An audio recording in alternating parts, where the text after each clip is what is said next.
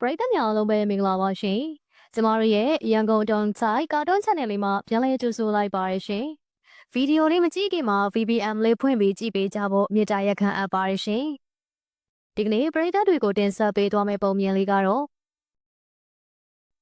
ရာဒီကာကချမ်းသာရဲ့ယောက်ျားတစ်ယောက်နဲ့လက်ထပ်ခဲ့ရပါ။တယောက်ျားရဲ့အိမ်ကအကြီးပါပဲ။လက်ထပ်ပြီးနောက်သူမရောက်ခမအိမ်ကိုလိုက်သွားခဲ့ပါတယ်။အိမ်ကိုရောက်သွားတာနဲ့သူယောက်ျားကိုသူပြောခဲ့ပါတယ်။ယောက်ျားရဲ့ဒါနဲ့ရောက်ခတီနဲ့ရောက်ခမကဖယ်မလဲကျမတို့ကိုကြိုးဆိုရမှာကရောက်ခတီနဲ့ရောက်ခမလေရာဒီကဒါပဲလေဒါငါ့ရဲ့အဖေနဲ့မေမင်းရဲ့ရောက်ခတီနဲ့ရောက်ခမပေါ့အဖေနဲ့အမေကအရန်ကိုနှုတ်ပြတာပဲနော်ဟုတ်တယ်ချွေးမလေးရဲ့ငါတို့ကခန္ဓာကိုယ်အလေးချိန်မတိုးလောက်တော်တော်လေးကြည့်ဆိုင်တယ်အစားတော့ကြည့်ဆိုင်တဲ့အပြင်လေးချိန်ကန်လေးလှုပ်တဲ့အခါကျတော့အသက်ငယ်တယ်လို့ထင်နေရတာဒီလိုနဲ့သတို့သားနဲ့သတို့သမီးနှစ်ယောက်စလုံးကိုအိမ်ထဲကိုခေါ်ဆောင်လာခဲ့ကြပါတယ်ညမိုးချုပ်သွားတော့ရာဒီကအားလုံးစားတော့ဖို့အတွက်ထမင်းဟင်းတွေချက်ပြုတ်ပေးပါတယ်။ချွေးမလေးရဲ့ဟင်းချက်လိုက်ရကတကယ်ကိုအမခံပဲစားကောင်းတယ်။ကောင်းတာပေါ့။ငါတို့အိမ်မှာအလှပွဲတွေကျင်းပတဲ့အခါကျရင်ငါရဲ့ချွေးမလေးကိုယ်တိုင်ဦးစီးဦးဆောင်ချက်ပြုတ်ကျွေးလိုက်မယ်။ဒီနောက်အားလုံးကလည်းချက်ပြုတ်စားတော့ပြီးအိတ်ခဲကြပါတယ်။ဒီလိုနဲ့ပဲနေရရတွေတစ်ဖြည်းဖြည်းကုန်းဆုံးသွားခဲ့ပါတယ်။တရက်မှာရောက်ခတီနဲ့ရောက်ခမနှစ်ယောက်သားအချင်းချင်းပြောဆိုနေကြပါတယ်။ရှင်ရဲ့မျက်နှာတစ်ဖြည်းဖြည်းနဲ့အိုစာလာလိုက်တာရှင်အရေးအကြောင်းတွေပေါ်နေပြီနော်။ငါတယောက်တည်းရေးချောင်းပေါ်နေရတော့ဘယ်ဟုတ်မလဲမင်းရဲ့မျက်နှာကိုလည်းမှန်နဲ့ပြန်ကြည့်ရောမင်းရဲ့မျက်နှာမှာလည်းအရေးချောင်းတွေကြီးပဲဒါဆိုရင်တော့မဖြစ်တော့ဘူး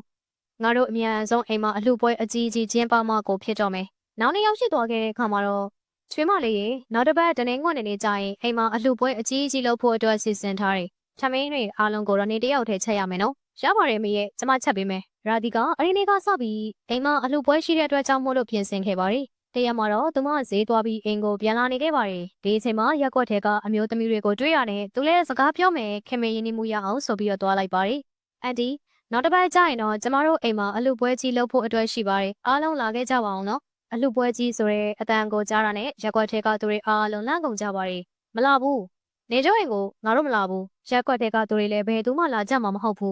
းဘာဖြစ်လို့အားလုံးကလန့်ကုန်ကြတာလဲအိမ်မှာအလှပွဲအကြီးကြီးလုပ်ပြီးတော့ခန်းခန်းနာနာကျွေးမှာပ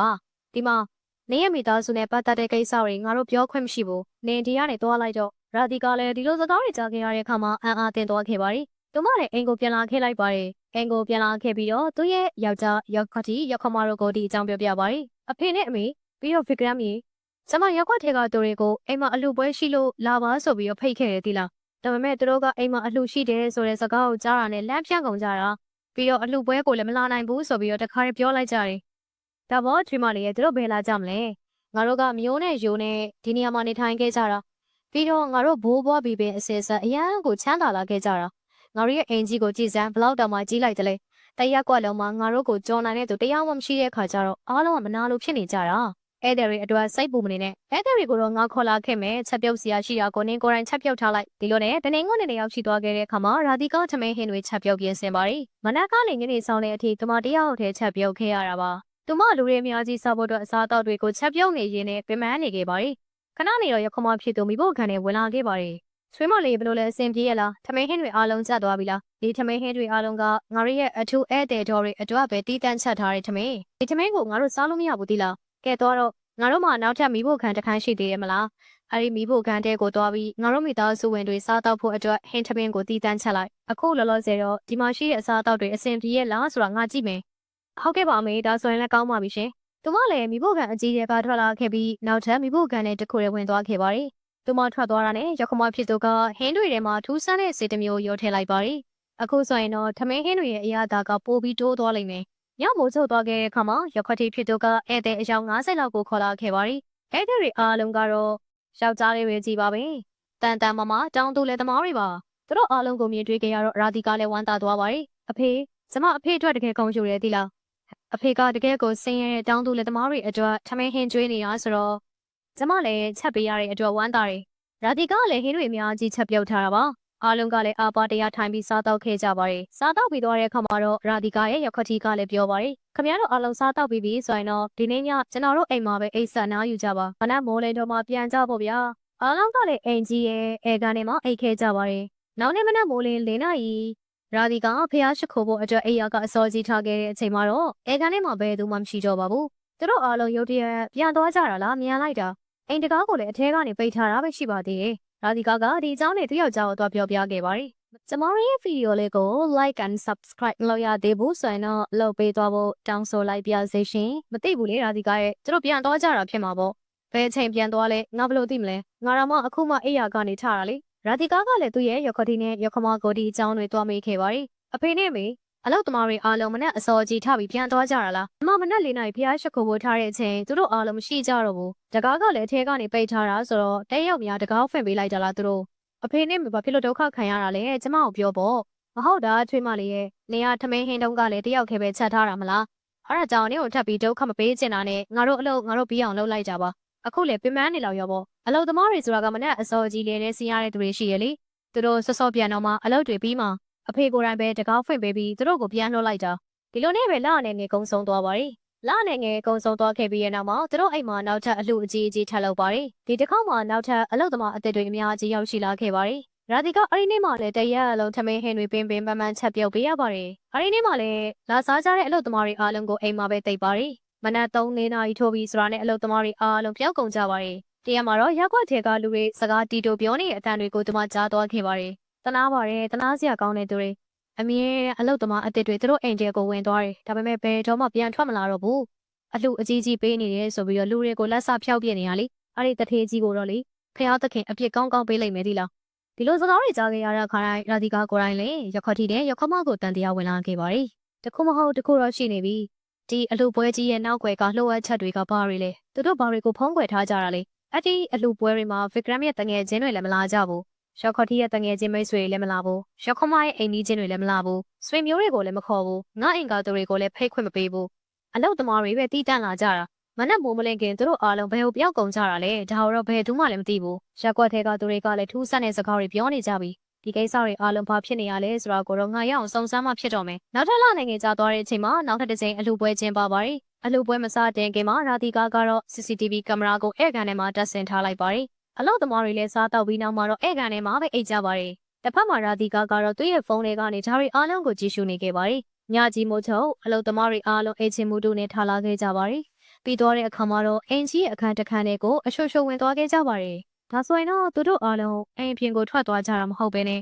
အိမ်ထဲမှာပဲပြောင်းနေကြတာပေါ့။နောက်နေ့တယောက်ကြောင့်ဗီဂရမ်အလုပ်ကိုထွက်ခွာသွားခဲ့တဲ့အချိန်မှာရာဒီကာကလည်းဘာတွေဖြစ်နေရလဲဆိုတာကိုသိချင်တဲ့အတွက်သွားဆက်ဆိုပါရီ။သူရဲ့ဗီဒီယိုထဲမှာအလုပ်သမားတွေသွားတဲ့နေရာကိုသူမသွားကြည့်ပါရီ။သူမလည်းခြေချော်ပြီးတော့ကြောက်ကြီးတဲ့ပြုတ်ကျသွားခဲ့ပါရီ။အဲ့ဒီနေရာမှာအိုးတလုံးရှိပါရီ။အိုးတလုံးရဲ့အပေါ်မှာတော့လူသားကောင်းအယိုးစုပုံစံကြီးရေးဆွဲထားပါရီအလောက်သမားတွေအားလုံးကဒီတဲမှာပဲကြာလာကြတာမလားနောက်သူတို့ဘဲကိုဖျောက်သွားကြတာလေဒီအချိန်မှာပဲအလင်းတန်းတစ်ခုကိုသူမမြင်တွေ့သွားပါရီရာဒီကာကလည်းအတင်းခံရှိတဲ့ဘက်ကိုထွက်သွားပါရီသွားနေ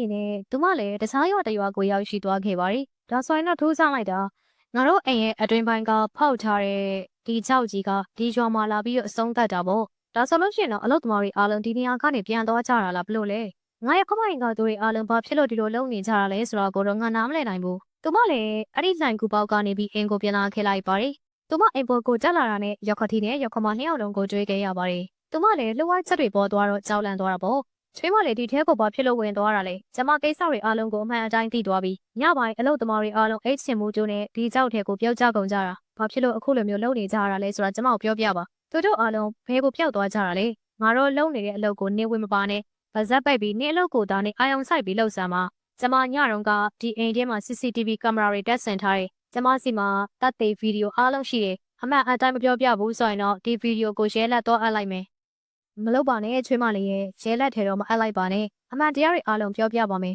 ဒါတွေအားလုံးကအမှန်တကယ်မှာပူဇော်ပွဲတစ်ခုလို့ပြောလို့ရတယ်အခုလိုလုပ်နေလို့လေငါတို့နှစ်ယောက်အမြဲတမ်းနှုတ်ပြနေရငါတို့လအနေငယ်ကြရင်တစ်ခေါက်အလှတန်းအကြီးလုပ်တယ်အဲ့ဒီနေရာမှာတန်ဆွမ်းကျမ်းမာနေတဲ့ကောင်လေးတွေအများကြီးကိုခေါ်တယ်သူတို့ရဲ့အစားအသောက်ထဲမှာငါတို့ဆေးတွေရောထည့်လိုက်တယ်သူတို့ညပိုင်းအဲချင်မှုတို့နဲ့ရှောင်းနေနဲ့ကြောက်ထဲကိုပြုတ်ကျသွားတယ်သူတို့ကြောက်ထဲမှာပြုတ်ကျပြီးရက်အနေငယ်လောက်တတိလှည့်နေကြတယ်ပြီးရင်သူတို့အားလုံးရဲ့စွမ်းအားတွေကအဲ့ဒီမှာထပ်ထားတဲ့အိုးတလုံးတဲကိုဝင်သွားတာပေါ့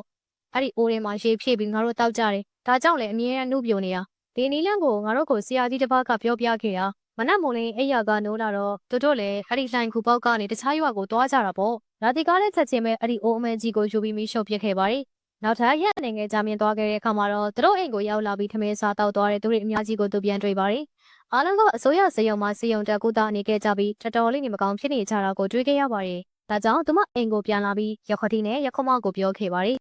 ကိုရဲ့အမျက်အတွက်ကိုရဲ့ကောင်းကျိုးအတွက်တခြားသူတွေကိုဒုက္ခပေးရကောင်းတာမဟုတ်ဘူးသူများရဲ့ဘဝနဲ့မစော့နဲ့ကျန်တဲ့သူတွေရဲ့အားတွေကိုစုဆောင်းပြီးအမေတို့ယူလိုက်တော့ကျန်တဲ့သူတွေဘလောက်တောင်ဒုက္ခရောက်လိုက်ကြမလဲအမေတို့လုံနေတဲ့အလုပ်တွေအကုန်လုံးကအပြစ်တွေကြီးပဲဒီနေ့ကစပြီးမကောင်းတဲ့အလုပ်တွေထပ်လုပ်မယ်ဆိုရင်တော့ရဲစခန်းမှာသွားတိုင်မယ်ဟုတ်ပါပြီချွေးမလေးငါတို့မှားသွားတယ်ဆိုတာကိုနားလေပါတယ်